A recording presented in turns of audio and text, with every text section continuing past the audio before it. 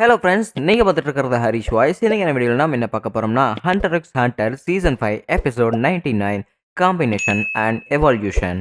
பாம்பு சைஸில் இருக்கிற கேமரான்ட்ட போட்டு தந்ததுக்கப்புறம் நம்ம கானுக்கு இருக்கிற அடுத்த பிரச்சனை இந்த பேட்டு அப்புறம் அவளும் தான். ஸோ இதுங்க ரெண்டுமே சேர்ந்துக்கிட்டு நம்ம கானை போட்டு தள்ளுறதுக்காக இப்போ ரெடியாக இருக்குது. ஸோ இதுங்க ரெண்டுமே வேட்டையாளிகள். எது இருளோட வேட்டையாளிகள். ஸோ இது என்னதான் இருட்டில் என்ன பண்ணாலுமே சரி நம்ம கானை அதுங்க ஈஸியாக கண்டுபிடிச்சிரும். ஸோ அதனால் இப்போ கானுக்கு பார்த்தீங்கன்னா பெரிய பிரச்சனை. அதுங்க என்னதான் பார்த்தீங்கன்னா நம்ம கானை அட்டாக் பண்ணாலுமே தப்பிச்சு போய்கிட்டு இருக்கிறான். ஆனால் நம்ம கானு திரும்பி கவுண்டர் அட்டாக் பண்ணுற போது பார்த்தீங்கன்னா அந்த ஹாந்தை அதோட ஃபெதர்ஸை வச்சு பார்த்தீங்கன்னா அவனை ஊசி மாதிரி குத்துது. ஸோ இதுங்க கூட நான் நின்றுக்கிட்டே சண்டை போட்டால் கண்டிப்பாக எனக்கு எதாவது சேதாரமாகும். அதனால நான் இங்கேருந்து ஓடி போய்கிட்டு இருக்கிறேன் அப்படின்னு கான் ரொம்பவே அதிவேகமாக ஓடி போய்கிட்டு இருக்கிறான். நீ என்ன வேகமாக ஓடினாலுமே சரி கண்ணா, என்னால் உன்னை ஈஸியாக ட்ராக் பண்ண முடியும். ஏன்னா எனக்கு காது நல்லா கேட்கும். நீ ஒரு இலையில கை வச்சா கூட எனக்கு அது நல்லாவே கேட்கும். அதனால் நீ இப்போ நல்லா வசமாக மாட்டிக்கிட்ட அப்படின்னு சொல்லிட்டு அந்த அவுல் பேசிக்கிட்டே இருக்குது. அந்த பேட்டுமே பார்த்தீங்கன்னா கரெக்டாக நம்ம கானோட கண்ணத்திலே குத்துது பாருங்க. இதுங்க ரெண்டுமே சேர்ந்து காம்பினேஷன் அட்டாக் மாதிரி என்ன அடிக்க ட்ரை பண்ணிக்கிட்டு இருக்குதாட்டிருக்குது அப்படின்னு நம்ம கான் பார்த்தீங்கன்னா அவனோட ஆரம் வந்து இன்க்ரீஸ் பண்ணுறான். ஸோ ஃபஸ்ட்டு இவங்க ரெண்டு பேருமே ஒன்றா சேர்ந்து அடிக்கிறாங்க. ஃபஸ்ட்டு அந்த அவுல் வந்து என்னை ட்ரெஸ்ஸை திருப்புது அந்த ஃபெதரை வச்சுக்கிட்டு. அதே சமயத்தில் அந்த பேட்டுமே வந்து என்னை அடிக்குது. ஸோ இவங்க ரெண்டு பேருமே ஆப்போசிட் சைடில் அடிக்கிறாங்க. இப்போ அவுல் என்ன லெஃப்ட் சைடில் ஃபெதரில் அடிக்குதுன்னா ரைட் சைடில் அந்த கண்டிப்பாக பேட் வந்து என்ன அட்டாக் பண்ண அப்படின்னு சொல்லிட்டு நம்ம கான் பார்த்தீங்கன்னா கரெக்டாக கெஸ் பண்ணி பார்த்தீங்கன்னா அடிக்கிறான் பாருங்க. அண்ட் இன்னொரு தடவையுமே பார்த்தீங்கன்னா கரெக்டாக கெஸ் பண்ணி அடிக்கிறான். இந்த பையனுக்கு காது ரொம்பவே நல்லா கேட்குதாட்டிருக்குது. சாதாரண மனுஷங்களுக்கு கேட்குறத விட இவன் என்னோட எல்லா அட்டாக்கையுமே கெஸ் பண்ணிக்கிட்டு இருக்கிறான் அப்படின்னு சொல்லிட்டு அந்த பேட் பார்த்தீங்கன்னா டெலிபதி மூலமாக அந்த அவுல்கிட்ட பேசிக்கிட்டு இருக்குது. சரி அப்படின்னு இப்போ நம்ம என்ன பண்ணுறது, அவனோட ஆரம் வேறு இன்க்ரீஸ் ஆகிட்டே இருக்குது. நம்ம என்ன பண்ணாலுமே அவன் ஈஸியாக கண்டுபிடிச்சிருவா அப்படிங்கிறாங்க. அப்படின்னா சரி, இப்போ நான் என்னோட ஆராவை இன்க்ரீஸ் பண்ணி ஆகணும். இப்போ நான் என்னோட ஃபுல் பவரை திரட்டி அவங்களை அட்டாக் பண்ண போகிறேன். ஜான் கேன் ராக் அப்படின்னு சொல்லிட்டு அவனோட பவர் இன்க்ரீஸ் பண்ணிக்கிட்டு இருக்கிறான். ஐயோ அவனோட ஃபுல் பவர் போடுவான்ட்டு இருக்குது அப்படின்னு அந்த பயப்படுது. அப்படின்னா இதுதான் நம்ம தப்பிக்கிறதுக்கான ஈஸியான சமயமாக இருக்கும். ஏன்னா நான் என்னோட அல்ட்ராசோனிக் வேவ்ஸை வச்சுக்கிட்டு அந்த அட்டாக்கு எங்கே வருதுன்னு கூட என்னால் ஈஸியாக கண்டுபிடிக்க முடியும். ஸோ அவன் அந்த ஃபைனல் அட்டாக் பண்ணிவிட்டு அவனுக்கு அதுக்கேற்ற மாதிரி சக்தி இருக்காது. அதுக்கு முதல்ல அவனை இப்போ அட்டாக் பண்ணுறதுக்காக நான் ஹைட்டுக்கு போகிறேன் அப்படின்னு சொல்லிட்டு அதை ஹைட்டுக்கு போயிடுச்சு பாருங்கள். நம்ம கானுக்கு எந்த ஒரு ரக்க சத்தமும் கேட்கவே இல்லை. ஸோ அதே சமயத்தில் பறக்காத அளவுக்கு அப்படியே சருன்னு கீழே விழுது பாருங்க டைவ் அடிச்சுக்கிட்டு. ஸோ உன்னோட ரக்கை அந்த ஆந்தையோட ரக்க மாதிரி கிடையாது. நீ ஒரு வவ்வால். உன்னோட ரக்கை காற்றை கிழிச்சிக்கிட்டு வரதே எனக்கு சத்தம் நல்லாவே கேட்டுட்டு இருக்குது. அதனால் கொஞ்சம் நேரம் பொறுமையாக இருக்கணும். நீ வர வரைக்கும் நான் காத்துக்கிட்டு இருப்பேன் அப்படின்னு சொல்லிட்டு கான் பார்த்தீங்கன்னா அந்த பேட் அடிக்கிற அளவுக்கு பொறுமையாக இருக்கிறான். ஸோ இவனுக்கு என்னோட பிளான் புரியுதாட்டு இருக்குது. கண்டிப்பாக இவனை குத்துறதுக்குள்ளே நான் இருந்து தப்பிச்சு போயிடுறப்படி நான் அந்த பேட் ஒரு பக்கம் பிளான் போட்டுக்கிட்டு இருக்கும்போது நம்ம கானு குத்தாம அது காது கிளியறவுக்கு பார்த்தீங்கன்னா காதுலேயே கத்தி விட்டுறான். ஸோ இந்த பேட்டோட அல்ட்ராசோனிக் வேவ்ஸ் எல்லாமே பார்த்தீங்கன்னா இப்போ கலங்கி போயிடுச்சு. நான் இங்கிருந்து எப்படியே தப்பிச்சாகணும் அப்படின்னு ஒவ்வொரு வாரமாக பார்த்தீங்கன்னா போய் முட்டிக்கிட்டு இருக்குது. இப்போ நான் என்னோட அட்டாக்கை போடுறேன் பாரு பேப்பர் அப்படின்னு சொல்லிட்டு பேப்பர் அட்டாக் போடும்போது அது ஏதோ ஒரு விஷயம் வந்து தடுக்குது. என்னென்னு பார்த்தா பாறை தான். அந்த ஆந்தை பார்த்தீங்கன்னா ஒரு கொரிலா மோடுக்கு போயிட்டு அங்கே இருக்கிற நம்ம கானை பார்த்தீங்கன்னா பொழக்கிறக்காக தயாராக இருக்குது. ஒரு பாறை எடுத்து அப்படி உருட்டி இடுது பாருங்க. நம்ம கானை ஜஸ்ட் மிஸ்ஸில் தம்பிக்கிறான். ஒரு மரம் அப்படியே பார்த்தீங்கன்னா பேந்துட்டு விழுகுது. ஸோ எனக்கு தெரிஞ்சு இப்போ நான் உன்னை அட்டாக் பண்ணுறது ரொம்பவே ஈஸியாக இருக்குன்னு நினைக்கிறேன். ஏன்னா என்னோட அல்ட்ராசோனிக்ஸை வச்சுக்கிட்டு நான் உன்னை சவுண்ட் மூலமாக கண்டிப்பாக உன்னை தோக்கடிச்சிருவேன் அப்படின்னு அந்த பேட்டுமே பார்த்தீங்கன்னா மேலே பறந்துக்கிட்டு பேசிக்கிட்டு இருக்குது. இவன் என்ன பண்ண போகிறான்னு ஒன்றுமே தெரியல அப்படின்னு சொல்லிட்டு நம்ம கான் ஒரு பக்கம் பேசிக்கிட்டு இருக்குது. இப்போ இவங்களுக்கெல்லாம் ஒரே ஒரு முக்கியம் தான். இப்போ நம்ம கானுக்கு ஒரே ஒரு பிரச்சனை. ஒன்று காம்பேக்ட் அட்டாக்லாம் தாக்குது, இன்னொன்று பறந்துக்கிட்டே தாக்குது. இது ரெண்டுலையுமே எது ஃபர்ஸ்ட் அடிக்க போகிறது அப்படின்னு அந்த பேட்டுமே பார்த்தீங்கன்னா அல்ட்ராசோனிக் வேவ்ஸை பயன்படுத்துது. நம்ம கானால் அந்த சத்தத்தை கேட்கவே முடியல. அந்த சத்தத்தை பயன்படுத்தி இந்த அவுல் பார்த்தீங்கன்னா நம்ம கானை போட்டு பொலன்னு பொழந்து எடுத்துக்கிட்டே இருக்குது. ஸோ அவனுமே பார்த்தீங்கன்னா தன்னோட பாக்கெட்டில் இருக்கிற துணியை கிழிச்சு அவனோட எச்சியில் தொட்டு காதை பார்த்தீங்கன்னா அடைச்சிக்கிட்டான். தண்ணி இந்த சவுண்டு கொஞ்சம் அடைக்கக்கூடியதா, பட் இருந்தாலுமே அந்தளவுக்கு கிடைக்காது அப்படின்னு இந்த பேட் மறுபடியும் அல்ட்ராசோனிக் வேவ்ஸை பயன்படுத்துது பாருங்க. முன்னே இருந்ததுக்கு இப்போ எவ்வளவோ பரவாயில்ல அப்படின்னு நம்ம கான் நினச்சிக்கிட்டு இருக்கிறான். இப்போ என்னோட கியோ பயன்படுத்தி அந்த ஆந்தை எங்கே வருதுன்னு பார்க்க போகிறோம் அப்படின்னு காட்டு பகுதியில் பார்த்துக்கிட்டே இருக்கும்போது அந்த ஆந்தையோட ஃபெதர்ஸ் தான் பார்த்தீங்கன்னா ஒரு ஆறாவோட வந்துகிட்டு இருக்குது. நம்ம கான் இதில் நல்லா ஏமாந்துட்டான். அண்ட் அதே சமயத்தில் அந்த அவுல் பார்த்தீங்கன்னா திரும்பி நம்ம கானை முகரையிலே ஒரு குத்து வைக்குது. அதை வந்து அவன் தடுத்துட்டான். சரி, இப்போ இந்த அளவுக்கு சக்தி உனக்கு இருக்கிறதே பெரிய விஷயம். மறுபடியுமே நீ ஏதோ உன் கண்ணை பளிச்சுன்னு மின்னி வச்சுக்கிட்டு இருக்கிறியாட்டு அவனே தான் அந்த கேட்டுக்கிட்டு இருக்குது. இதில் திரும்பி பார்த்தீங்கன்னா நம்ம மெர்லியான் பார்த்துக்கிட்டு தான் இருக்கிறான். அட்டிங்கப்பா, அவன் என்னதான் அடி அடிச்சாலுமே சரி, அடி வாங்கினாலுமே சரி, அவன் அப்படியே கன் பையன் நின்றுக்கிட்டு இருக்கிறான். அவனோட ஆரா ஸ்டாமினா உண்மையே ரொம்பவே அதிகமாக இருக்கட்டிருக்குது அப்படின்னு இங்கே மெர்லியோரியோன்னு நினச்சிக்கிட்டு இருக்கிறான். நம்ம கான் பார்த்தீங்கன்னா அந்த அவளுக்கு பக்கத்தில் போயிட்டு ஹேண்ட் டு ஹேண்ட் காம்பேக்டில் அடி பண்ண ட்ரை பண்ணிக்கிட்டு இருக்கிறான். ஸோ நம்ம கானுமே அந்த ஆந்தைக்கு பக்கத்தில் இருக்கும்போது கண்டிப்பாக அந்த பேட்டுமே சேர்ந்து அதோட அல்ட்ராசோனிக் வேவ்ஸ் வச்சுக்கிட்டு எந்த அவுலுமே தாக்கமில்ல. அதை பிளான் பண்ணி தான் நம்ம கான் இதில் அட்டாக் பண்ணிக்கிட்டு இருக்கிறான். நீ என்னதான் வேகமாக ஓடினாலுமே சரி கண்ணா, நீ என்னதான் என்ன காம்பேக்டில் மூலமாக அட்டாக் பண்ணாலுமே சரி, இருட்டு நேரத்தில் எனக்கு பகலில் வெளிச்ச மாதிரி எனக்கு வெளிச்சடிக்கும். ஸோ உன்னை அட்டாக் பண்ணுறதுக்கு எனக்கு காதுகளே தேவையில்லை அப்படின்னு சொல்லிட்டு அதோட காதை பார்த்தீங்கன்னா அடைச்சி வச்சுக்கிட்டு ஸோ இது என்னன்னா ஆட்டம் போட்டுட்டு இருக்குது பாருங்க. மெல்லியரியும் இங்க இருக்கிற எல்லாத்தையுமே பார்த்துக்கிட்டு தான் இருக்கிறான். கானோனோட ஆராவை பயன்படுத்தி பெரிய பெரிய அட்டாக் எல்லாமே பார்த்தீங்கன்னா தடுத்துக்கிட்டு இருக்கிறான். ஆனா இப்பேற்பட்ட அட்டாக்க பயன்படுத்திட்டு இருந்தான். அவனோட ஆரா கண்டிப்பா வீக் ஆயிரும் அப்படின்னு மெல்லியரியும் சொல்லிக்கிட்டு இருக்கிறான். சரி, இப்ப இவங்களோட அட்டாக் எனக்கு நல்லாவே புரிஞ்சிருச்சு. இவன் கண்டிப்பா என்ன முன்னாடி இருந்து அட்டாக் பண்ணான்னா, பின்னாடி தான் அந்த பேட் இருக்கும்னு நெனைக்கிறேன். அத கன்ஃபார்மா நான் பயன்படுத்தி இத நான் அடிக்கிறதுக்கு எப்படியாவது தயாராகணும் அப்படின்னு சொல்லிட்டு கான் பார்த்தீங்கன்னா, அந்த கொரில்லா அடிக்க வரும்போது, அத அடிக்காம திருப்பி பார்த்தீங்கன்னா, அந்த வவ்வால் வர சைடுல காத்த அப்படியே விசிறி விடுறான் பாருங்க. அதோட அல்ட்ராசோனிக் வேவ்ஸ் எல்லாமே இது பக்கம் திருப்பிட்டு, இதோட முன்னாடி ஏதோ பாறை வர மாரி இருக்குது. ஐய்யய்யோ! முன்னாடி வேற பாறை வருதே அப்படின்னு சொல்லிட்டு அதோட ரிஃப்ளெக்ட் மூலமா அவ பயந்து போயிட்டு திரும்பும்போது, ஒரு பெரிய பாறையில பார்த்தீங்கன்னா முட்டிக்கிட்டா. ஸோ அந்த அல்ட்ராசோனிக் வேவ்ஸ் திரும்ப பட்டதுனால பாறை இவளுக்கு பின்னாடி இருந்தது. ஆனா, அவளுக்கு அது முன்னாடி இருந்துக்க மாரி தெரிஞ்சிருக்குது. இந்த ஆந்தைக்கு இத பார்த்தோனே, அப்படி என்ன பண்றதுன்னே தெரியல. ஸோ இவளே இப்படி தோற்கடிச்சுட்டா, இதுக்கு மேல நான் என்ன பண்றது அப்படின்னு ஒண்ணுமே புரியாம, அது பார்த்தீங்கன்னா பயந்துகிட்டு இருக்குது. ஸோ இப்ப நான் இவன டைரக்ட்டா அட்டாக் பண்ணலாம். நான் இவன ஒரே அடியில அடிக்கிறதுக்கு கான்சன்ட்ரேட் பண்ணியாகணும் அப்படின்னு நம்ம கான் யோசிச்சுக்கிட்டு இருக்கிறான். இந்த ஆந்தைலாம் விட்டா போதும் அப்படின்னு சொல்லிட்டு விட்டு விட்டு தெரிச்சுக்கிட்டு இருக்குது. இப்போ நான் அடிக்கிறேன் பார்றா, ஜஜான் கேன் ராக் அப்படின்னு சொல்லிட்டு ஃபர்ஸ்ட் கம் ஃபர்ஸ்ட் ராக் அப்படின்னு ஒரு ராக் அடிக்கிறான் பாருங்க. இப்போ நீ வெஸ்ட் சைடு தான் போயிருப்பேன்னு நெனைக்கிறேன். மரியாதையா என்ஜிஎல்குள்ளேயே இருந்துரு. வெளிய வந்தேன்னா உன்ன நான் கொன்னே போட்டுருவேன் அப்படின்னு சொல்லிட்டு கான் அந்த இடத்துல பேசிக்கிட்டு இருக்கிறான். அடேங்கப்பா! என்ன ஒரு அற்புதமான சக்தி.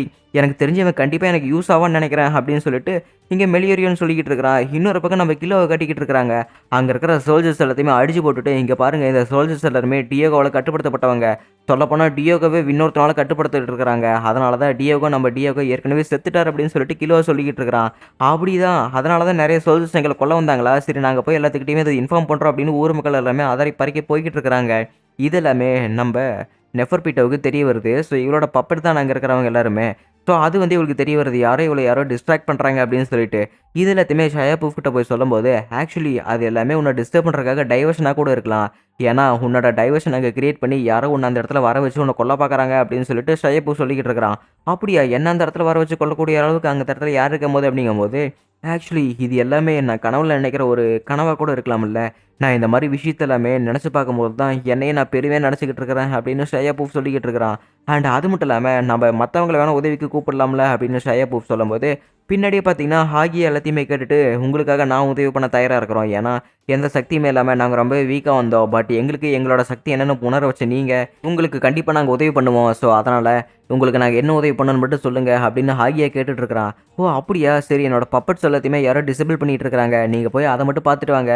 சரி இந்தாங்க இந்த மொபைல் ஃபோனு. எங்களால டெலிபதி பயன்படுத்த முடியாது. அதனால நான் உனக்கு மொபைல்ல மெசேஜ் பண்றேன் அப்படின்னு சொல்லிட்டு அந்த நெஃபர்பிட்டோ சொல்லிக்கிட்டு இருக்கிறா. அப்படின்னா சரி நீ அவனுங்கள நம்புறியா அப்படின்னு அந்த இடத்துல யூபிஐ கேட்டுட்டே இருக்கிறான். இல்ல நான் கண்டிப்பா அவங்கள நம்பல. பட் இருந்தாலுமே அவங்க நம்ம நம்பிக்கை எடுக்கிறதுக்காக ஏதோ ட்ரை பண்றாங்கல்ல.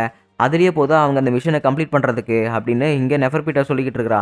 அவங்க 3 பேருமே நம்மளோட நம்பிக்கைய எடுத்து நம்மளோட முதுகுல குத்த பார்க்குறாங்க. ஸோ அவங்க என்ன ஆக்ட் பண்றாங்களோ, அதே மாரி தான் நாமளும் ஆக்ட் பண்ணிக்கிட்டு இருக்கிறோம். அவங்க நமக்கு குடுக்கும்போது, நாமளும் அத திருப்பி குடுக்கணும்ல அப்படின்னு சொல்லிட்டு ஷயா பூஃப் இங்க வானத்த பார்த்துக்கிட்டு பேசிக்கிட்டே இருக்கிறான். இன்னொரு பக்கம் நம்ம கில்லுவா பக்கத்துல இருக்கிற டபா அப்படிங்கிற ஒரு வில்லேஜுக்கு போலான்னு இருக்கிறான். ஆனா அது சுத்தி 40 கிலோமீட்டர் இருக்குது. எப்படியா இருந்தாலுமே போய் தானே ஆகணும் அப்படின்னு காட்டுப்பகுதிக்குள்ள ஒரு பகுதிக்குள்ள போகும்போது, அவனுக்கு ஒரு அதிகப்படியான ஆறா தெரிய வருது. எனக்கு தெரிஞ்சு நான் இந்த வழியா போகக்கூடாதுன்னு நினைக்கிறேன் அப்படின்னு சொல்லிட்டு இருக்கிற ஆறாலருந்து தப்பிச்சு வந்துட்டான். ஸோ அவன் வேற ஒரு வழியில போயிட்டு இருக்கிறான். ஆனா அந்த இடத்துல உயரமான கோபுரத்துல வேற யாரோ அங்க நின்னுட்டு இருக்கிறாங்க. இன்னொரு பக்கம் கனக்கிலு அப்புறம் ஷூட்ட காட்டிக்கிட்டு இருக்கிறாங்க. ஸோ இப்போ கனக்கிலுக்கு அந்த இடத்துல இன்னொருத்தர் பிரச்சனை வருது தெரிய வருது. ஏன்னா அவன் தன்னோட ஏபிஆரை பயன்படுத்தியிருக்கான்ல. அதனால சீட்டு இங்கிருந்து ரொம்பவே அதிவேகமா வந்துகிட்டு இருக்கான்னு நல்லாவே தெரியுது.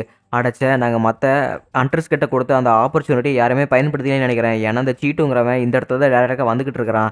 இப்ப நான் போய் உன்ன டைரக்ட்டா தடுக்க போறேன். என்ன நீ தடுத்தீன்னு வச்சுக்க, உன்ன நான் போட்டு தள்ளுறதுல யாரையுமே தடுக்க முடியாது. ஏன்னா இந்த இடத்துல அவன் போறது கிங்க ரிப்போர்ட் பண்றதுக்காக. நாம எப்படியாவது அவன தடுத்தே ஆகணும். இல்லைன்னா கிங்குக்கு ஏகப்பட்ட சக்தி கிடைச்சிரும் அப்படின்னு சொல்லிட்டு நக்கல் சொல்லிக்கிட்டு இருக்கிறான். எனக்கு நீ சொல்றது ஒண்ணுமே புரியல அப்படிங்கும்போது, உனக்கு இன்னுமா நான் சொல்றது புரியல. ஏன்னா சீட்டுங்கிறது ஒரு ஸ்குவாட்ரன் லீடரு. அவ கிங்குக்கு ரிப்போர்ட் பண்றதுக்காக போனான்னா, அவ இன்னும் ஒரு அதிகமான சக்திய கொண்டுட்டு போவான்னு தான அர்த்தம். ஸோ நெறைய மக்கள் அவங்க கொல்றதுக்கு இன்னும் அதிக வாய்ப்பு இருக்குது. ஸோ அவங்க எப்படியாவது போய் கிங்குக்கு ரிப்போர்ட் பண்ணாம பார்த்துக்கணும். அதுக்கு முதல் வேலை ஃபர்ஸ்ட் நாம அந்த ஸ்குவாட்ரன் லீடர கொல்லணும். இல்லைன்னா வச்சுக்க, நாம அந்த ராயல் எலைட் கார்ட்ஸையுமே நம்ம கொல்ல முடியாது. அது உனக்கு நல்லா புரிஞ்சிருச்சா? நம்மளோட மிஷனுமே இதில கெடும். ஸோ நாம நம்மளோட மிஷன காப்பாத்தணும்னா ஃபர்ஸ்ட் இந்த ஸ்குவாட்ரன் லீடர்ஸ போட்டு தள்ளணும் அப்படிங்கிறாங்க. சரி நானும் உன் கூட வரேன். அண்ட் அதுக்கு முன்னாடி நம்ம வேணா மொரால் கிட்ட கூப்பிட்டு கேட்டு பார்த்துக்கலாம் அப்படின்னு சொல்லிட்டு தன்னோட லீடர் கிட்ட பார்த்தீங்கன்னா கூப்பிட்டு கேட்க ஷூட்டிங் அறிவுறுத்துறான். சரி அப்படின்னா நானும் கூப்பிட்டு பார்க்குறேன் அப்படின்னு சொல்லிட்டு அவன் பார்த்தீங்கன்னா மொராலுக்கு கால் பண்ணுறான் பாருங்க. ஸோ மொராலுக்கு கால் பண்ணா என்னது அப்படியா? ஆமா, அப்படித்தான். சரி அதுக்கு தான் நீங்க போகணுமா அப்படிங்கும்போது, ஆமா. சரி என்ன ஒத்துக்கிறீங்களா இல்லையா அப்படின்ட்டே இருக்கும்போது, இவனுக்கு சிக்னல் சரியா கிடைக்காம கால் வந்து கட் ஆயிருச்சு. என்னது நீங்க 2 பேரும் போறீங்களா? ச்சே! ஆனா அவங்க யாருமே அங்க இல்லையா? அப்படின்னு சொல்லிட்டு இந்த இடத்துல மொரால் ரொம்பவே டென்ஷன் ஆகிக்கிட்டு இருக்கிறான். ஆக்சுவலி இவங்க 2 பேருமே சிக்னல் இல்லாம ஃபோன் கட் ஆயிருச்சு. அவங்க எதுக்காக இந்த மாரி பண்ணியிருக்கிறாங்க? ஏன்னா சீட்டு அழிக்கிறதுக்கு யாருமே போலியாமா.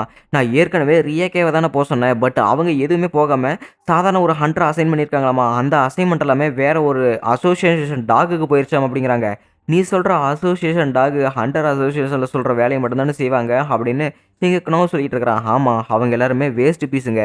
இந்த ரிவ்யூ போட நம்பி நாம ஏதாவது வேலையில இறங்குனா கண்டிப்பா இந்த ஹண்டர்ஸ் எல்லாருமே முதுகுல குத்தாம விட மாட்டாங்களாட்டுருக்குது. ஏன்னா என்ஜிஎலுக்கு வெளிய இருந்துட்டு மொத்தமா இப்ப 319 அந்த கேமரா ஆன்ஸ் வேரியன்ட்ஸ் வந்து பிடிச்சிருக்கிறாங்க. ஆனா 8 ஸ்குவாட்ரியன் லீடர்ஸா இருக்கிறாங்க. அந்த 8ல நம்ம 4 தான் இன்கம் பண்ணியிருக்கிறோம். இன்னும் 4 பேர் எங்க இருக்காங்கன்னு கூட தெரியல. ஆனா இன்னும் சில பிரச்சனையில இப்பேற்பட்ட பிரச்சனையிலுமே நீ வந்து புக்கு படிச்சுட்டு இருக்கிற பாத்தியா? அதானே எனக்கு சுத்தமா புரியவே இல்ல அப்படின்னு சொல்லிட்டு, இங்க நம்ம மொரால் சொல்லிக்கிட்டு இருக்கிறான். அண்ட் அது மட்டும் இல்லாம நெறைய பேரு நம்ம எந்த அளவுக்கு ஒரு ஸ்ட்ராட்டஜிய பயன்படுத்த போறோம் அப்படின்னு ரொம்பவே ஆவலோட இருக்கிறாங்க.